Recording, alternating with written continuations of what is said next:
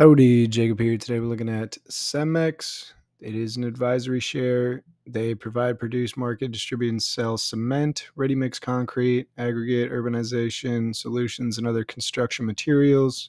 Founded in 1906 out of Mexico.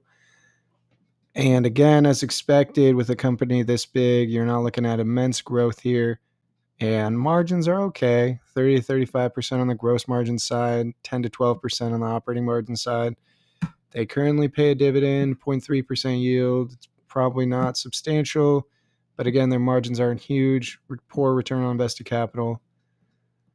Their income statement, no R&D, balance sheet shows $624 million cash on hand with $703 million short-term debt and $6.2 billion long-term debt. So their debt is massively reduced from 10 years ago, from $16.8 billion down to $6.2 billion. But that $6 billion in relation to free cash flow is about 6 years. So if they were able to produce $1 billion in free cash flow, it's going to take 6 years of all of that money going to debt, which likely won't happen, but they will likely have to focus. And again, they've definitely focused a lot of money on debt reduction. Every single year of the last 10 years has been a net reduction of debt. So you don't really see what else they do with their money other than slight investments in intangibles and slight share repurchases with a heavy amount going to debt reduction. So let's start making some assumptions here. On the revenue growth side, I think I wouldn't be expecting too much, but I do think with a little bit of reinvestment, they're able to get 4%, probably deserving less than market average 4P and price to free cash flow based on a terminal P or based on their enterprise value still being a little bit higher than market cap. Not so much. It's not showing here, but again, on advisory shares, I don't think this website calculates it correctly.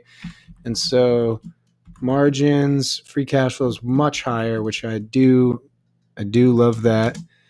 And share change, they buy back a little bit of shares, but they also, it's not really enough to really make a dent.